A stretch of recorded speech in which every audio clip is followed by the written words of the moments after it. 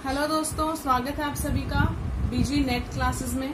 हमने स्टार्ट किया था बिजनेस इकोनॉमिक्स के अंदर। अभी हमारा जो आज का करंट टॉपिक है लॉ ऑफ प्रोडक्शन। इस टॉपिक को पढ़ने से पहले हमारी वीडियो को लाइक करें और चैनल को सब्सक्राइब करना ना भूलें और साथ ही बेल आइकन को प्रेस कर दें ताकि हमारी कोई भी नई वीडियो आए तो आपको उसका पता लग सके और आप हमारी वीडियो को देख सकें, कोई भी वीडियो आपकी मिस ना हो। तो आज देखिए, लॉ ऑफ प्रोडक्शन को समझने से पहले सबसे पहले जरूरी है हमें प्रोडक्शन का मीनिंग समझना कि ये प्रोडक्शन क्या होता है। तो देखो, प्रोडक्शन का मतलब है जब आप इनपुट को आउटपुट के अंदर कन्वर्ट कर देते हो, इनपुट को आउटपुट के अंदर चेंज कर देते हो या कन्वर्ट कर देते हो, ट्रांसफॉर्म कर सकते हो। कोई भी वर्ड आप यूज करो, बेसिकली जब आप रॉ मटेरियल से फिनिश गुड्स का प्रोडक्शन करोगे तो वो होगा प्रोडक्शन। इसका कोई भी एग्जाम्पल ले सकते हो, जैसे मैं थ्रेड लेकर आई, उस थ्रेड से मैंने क्लॉथ बना दिया, तो ये क्या है? थ्रेड मेरे लिए क्या था? इनपुट जो मैंने डाला, और क्लॉथ मुझे क्या मिल गया? आउटपुट। तो ये थ्रेड से क्लॉथ तक जाने की जो पूरी प्रोसेस है, ये वाली प्रोसेस मेरी क्या कहलाएगी? प्रोडक्शन। तो प्रोडक्शन का मीनिंग क्लियर है, इनपुट को आउटपुट में ट्रांसफॉर्म करना कहलाता है प्रोडक्शन। अब चलता है दूसरी तरफ प्रोडक्शन फंक्शन। हमने पहले भी बात करी थी कि जहां जहां ये फंक्शन वर्ड यूज होगा उसका मतलब होगा मैथमेटिकल रिलेशनशिप। फंक्शन के लिए हमने मैथमेटिकल रिलेशनशिप वर्ड को हमेशा ही स्ट्रेस दिया है। फंक्शन जहां जहां आएगा वहां क्या लेंगे हम? Mathematical relationship. अब ये है प्रोडक्शन फंक्शन। तो प्रोडक्शन फंक्शन के अंदर हम क्या लेते हैं? या चाहे मैथमेटिकल बोल लो या इसको टेक्नोलॉजिकल रिलेशनशिप भी बोल सकते हो।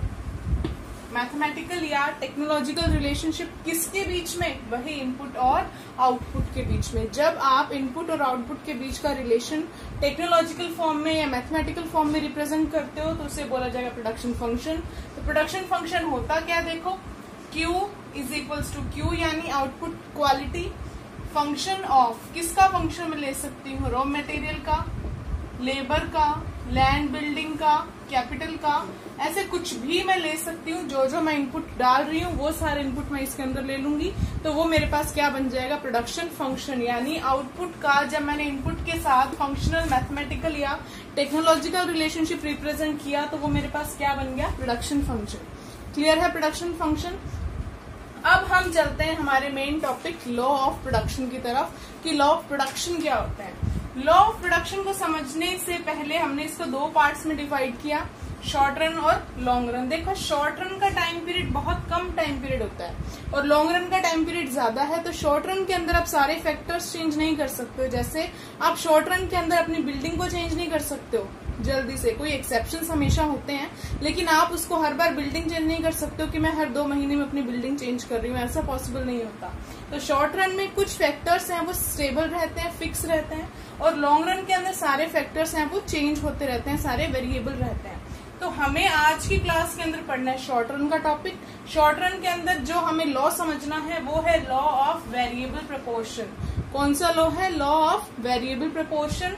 इसके अंदर मैंने क्या लिया है? एक फैक्टर है वेरिएबल रहता है हमेशा, 1 फैक्टर इज वेरिएबल।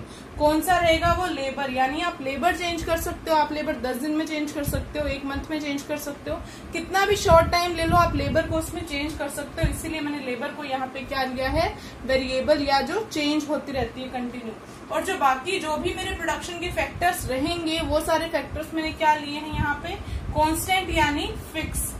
कोई भी फैक्टर लेबर के अलावा मैंने चेंज होने वाला नहीं लिया, सारे फैक्टर्स क्या लिए हैं? फिक्स लिए हैं। वेरिएबल प्रोपोर्शन में यही बात ध्यान रखने वाली है कि आपके पास सिर्फ एक ही फैक्टर वेरिएबल होगा, बाकी सारे फैक्टर्स जो हैं वो फिक्स रहेंगे।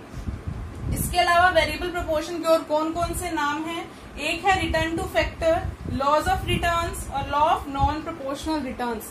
नेम हमेशा याद रखना। देखो, लॉन्ग रन के अंदर जो हमारा फंक्शन है, जो लॉ है, वो है रिटर्न टू स्केल, और शॉर्ट रन में है वो क्या है? Laws of returns. दोनों के बीच में कंफ्यूजन क्रिएट मत करना, क्योंकि एग्जाम में क्वेश्चन इस नाम से भी आ सकता है, इस नाम से भी आ सकता है। तो नाम आपको सारे पता होने चाहिए कि कौन से नाम से हम किस लॉ को बुला रहे हैं, उस लॉ के और कौन कौन से नाम हैं। तो लॉ ऑफ वेरिएबल प्रोपोर्शन के और नाम है return to factor, law of return या law of non proportional returns. अब इस लॉ को और अच्छे से समझने के लिए अब हम इसकी एक टेबल और एक कर्व बनाते हैं ताकि आपको ये टॉपिक है जो वो बहुत अच्छे से क्लियर हो जाए। तो चलिए चलते हैं हम टेबल की ओर। देखिए लॉ ऑफ वेरिएबल प्रोपोर्शन में जो हमने टेबल पढ़नी है, उस टेबल के लिए मैंने दो ही फैक्टर्स ऑफ प्रोडक्शन लिए हैं। एक लिया है लेबर और दूसरे ली है कैपिटल। जहां मैंने लेबर को माना है वेरिएबल और कैपिटल को माना है फिक्स। ये फॉर एग्जांपल है, आप चाहे कोई भी फैक्टर ऑफ प्रोडक्शन ले सकते हो, लेकिन सिर्फ एक वेरिएबल लोगे, बाकी सारे फिक्स लोगे। अब देखो कैपिटल की यूनिट्स मैंने यहाँ फिक्स कर दी है, सारे यूनिट्स क्या है, एक एक है। लेबर की यूनिट्स जो है वो चेंज हो रही है। तो देखो लेबर साथ साथ में मैंने लेबर के यहाँ पे निकाला है टीपी यानी टोटल प्रोडक्शन, एपी यानी एवरेज प्रोडक्शन, एमपी यानी मार्जिनल प्रोडक्शन। टोटल प्रोडक्शन का क्या मतलब है कि यूनिट्स ऑफ लेबर में जैसे जैसे इंक्रीज कर रही हूँ वैसे वैसे जो मेरा प्रोडक्शन है वो क्या होगा, एक लिमिट तक इंक्रीज होगा। क्यों? क्योंकि वहां तक मैं लेबर की पूरी कैपेसिटी यूज कर सकती हूँ। लेकिन जैसे ही मैंने लेबर की पूरी कैपेसिटी यूज की, इसके बाद क्या हो जाएगी, लेबर की कैपेसिटी डाउन हो जाएगी, तो मेरा प्रोडक्शन क्या शुरू हो जाएगा, डाउन जाना। तो वहीं देखो स्टार्टिंग के अंदर जब मैं लेबर की एक यूनिट लगा रही थी, उस टाइम मेरा टोटल प्रोडक्शन कितना था, 70 का। मैंने यूनिट को एक इंक्रीज किया तो मेरा प्रोडक्शन इंक्रीज हो कितना हो गया, 160। आगे जैसे जैसे मैं यूनिट्स इंक्रीज कर रही हूँ लेबर की, मेरा टोटल प्रोडक्शन इंक्रीज हो रहा है, लेकिन कहाँ तक, 546 तक, यानी 7 यूनिट्स तक मेरे लेबर का प्रोडक्शन है वो इंक्रीज हुआ। लेकिन इसके बाद क्या हुआ, जैसे ही मैंने और लेबर एम्प्लॉय की, उससे उसकी कैपेसिटी डाउन हो गई, जिससे मेरा जो प्रोडक्शन है वो क्या शुरू हो गया, डाउन जाना शुरू हो गया। यानी 546 से 522 फिर 470 ऐसे करते करते बिल्कुल डाउन जाना शुरू हो गया। तो टोटल प्रोडक्शन का नेचर कैसा है, स्टार्टिंग में इंक्रीज होता है और धीरे धीरे एक लेवल तक, जैसे 546 पे ये कांस्टेंट हो गया था, 2 पॉइंट्स क्या थे इसके, मैक्सिमम पॉइंट्स आप मान सकते हो, यानी 2 पॉइंट्स पे ये क्या है, कांस्टेंट है, स्टेबल है, मैच्योरिटी है। अब इसके बाद जैसे ही आप और प्रोडक्शन लगाओगे वो क्या हो जाएगा, डाउन हो जाएगा। तो क्लियर है, 3 स्टेप मान लो टोटल प्रोडक्शन के। फर्स्ट इंक्रीज होता है, फिर कांस्टेंट होता है, और उसके बाद क्या होता है, डिक्रीज होना स्टार्ट हो जाता है। अब टीपी के बाद मैंने निकालना है एपी। तो एपी के लिए हमने पहले ही बात की है कि जहां पे भी मुझे एवरेज निकालना होगा वो मैं कैसे निकालूंगी, total divided by number of units. तो अब यहाँ एपी निकालना है तो टोटल में क्या लूंगी, प्रोडक्शन यानी टीपी, और divide by number of units किसकी जाएंगी, यूनिट्स ऑफ लेबर। क्लियर है। तो जैसे ही मैंने 70 डिवाइड बाय 1 किया 70, 160 बाय 2 80, 270 बाय 3 90।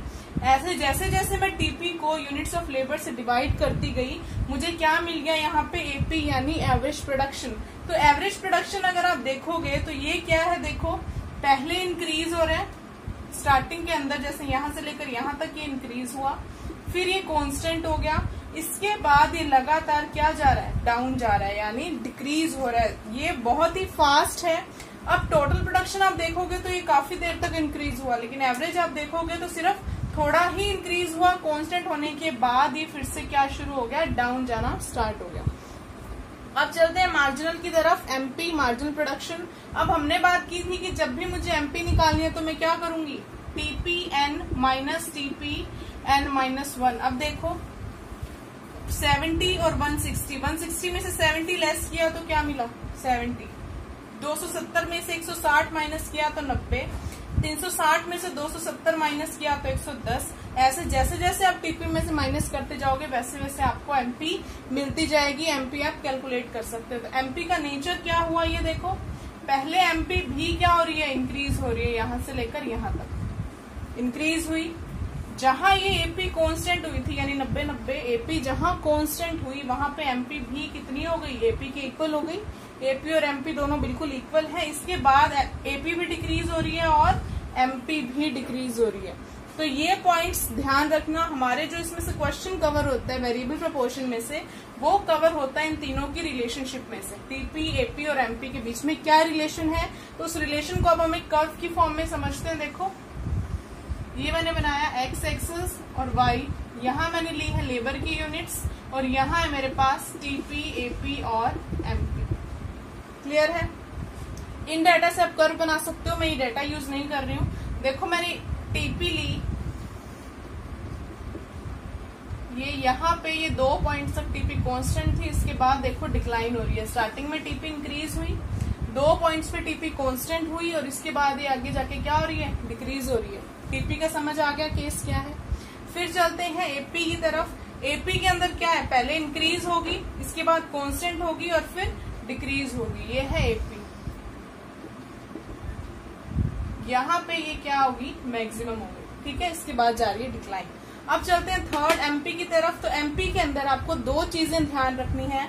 नंबर एक, क्या ध्यान रखोगे, सबसे पहले जहां पे एपी मैक्सिमम है वहां पे एमपी और एपी क्या है, इक्वल है। यानी जहां पे एपी मैक्सिमम है जिस पॉइंट पे, उस पॉइंट पे एपी और एमपी मुझे क्या करने हैं, इक्वल करने हैं। Number one relation. और दूसरा रिलेशन क्या है, जहां पे टीपी मेरी मैक्सिमम है, जैसे इस पॉइंट पे टीपी मेरी मैक्सिमम है 546 पे, तो यहाँ पे मेरी एमपी कितनी है, 0। तो जहां पे मेरी टीपी मैक्सिमम है वहां पे एमपी है 0। ये दो रिलेशन बहुत ही इंपॉर्टेंट है, बहुत ही स्लाइट है, आपको ध्यान रखने हैं। तो फर्स्ट रिलेशन देखो, एपी मैक्सिमम है इस पॉइंट पे, यहाँ पे मैं क्या करूंगी, एपी और एमपी को इक्वल कर दूंगी। ये देखो ऐसे जाके ये जाएगा यहाँ, एक बार आधा बनाया। इसके बाद देखो दूसरे में क्या है, टीपी मैक्सिमम है वहां एमपी 0 हो जाएगी।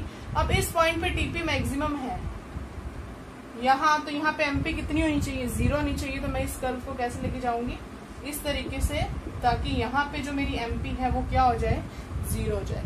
यहाँ पे आपको ये पॉइंट समझ आ रहा है। देखो जहां पे मेरी एपी मैक्सिमम थी उस पॉइंट पे एपी और एमपी इक्वल हो गए, जहां पे मेरी टीपी मैक्सिमम थी उस पॉइंट पे मेरी एमपी 0 हो गई। ये दोनों रिलेशन क्लियर है।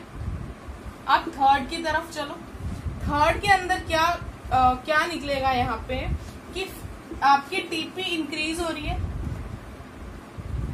एपी इंक्रीज हो रही है, एमपी इंक्रीज हो रही है। स्टार्टिंग के अंदर तीनों इंक्रीज हो रहे हैं, लेकिन एपी इंक्रीज हो रही है कैसे, एमपी से कम।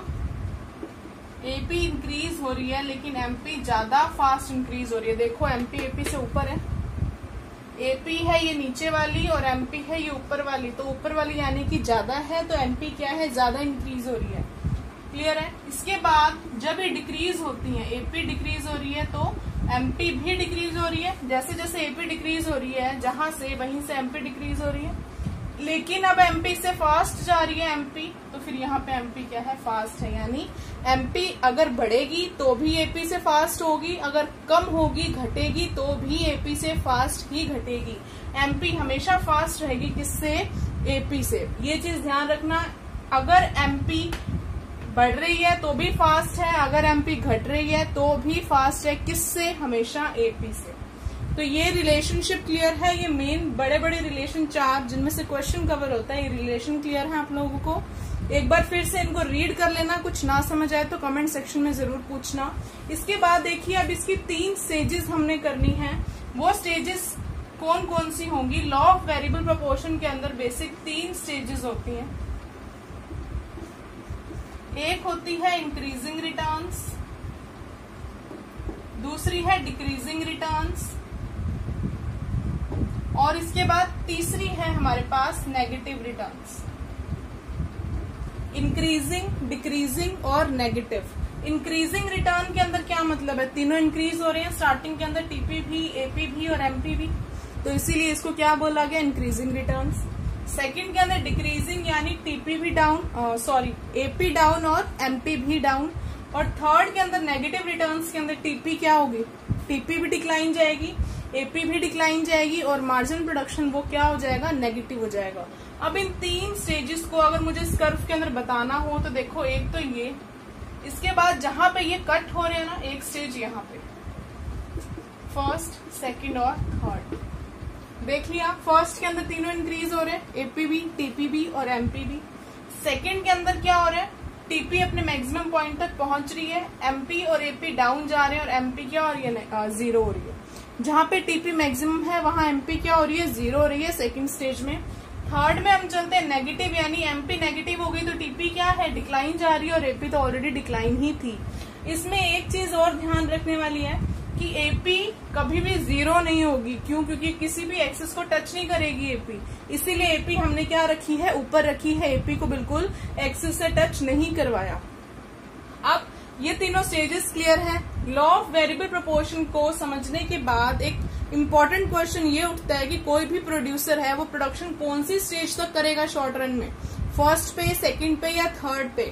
तो देखो फर्स्ट स्टेज पे क्या है, फर्स्ट स्टेज पे आप टोटल प्रोडक्शन अभी भी इंक्रीज कर सकते हो, यानी आप मैक्सिमम तक नहीं पहुंचे हो तो फर्स्ट स्टेज से आप ऊपर तक प्रोडक्शन करोगे। सेकंड स्टेज पे आप जाते हो तो सेकंड स्टेज पे आप टोटल प्रोडक्शन के मैक्सिमम तक पहुंच गए हो, एमपी आपकी 0 है, यानी सेकंड स्टेज तक ही आप प्रोडक्शन करो, वही बेस्ट है। अगर आप सेकंड स्टेज के भी आगे जाते हो तो वो क्या चली जाएगी, टीपी डिक्लाइन होना स्टार्ट हो जाएगी, यानी टीपी डाउन जाएगी। तो इसीलिए थर्ड स्टेज तक जाना कोई भी प्रोड्यूसर के लिए हार्मफुल रहता है। तो हमारे लिए बेस्ट स्टेज, आइडल स्टेज कौन सी रहेगी, सेकंड वाली स्टेज, जहां पे कोई भी प्रोड्यूसर है वो प्रोड्यूस करेगा। तो ये पूरा law of variable proportion clear है।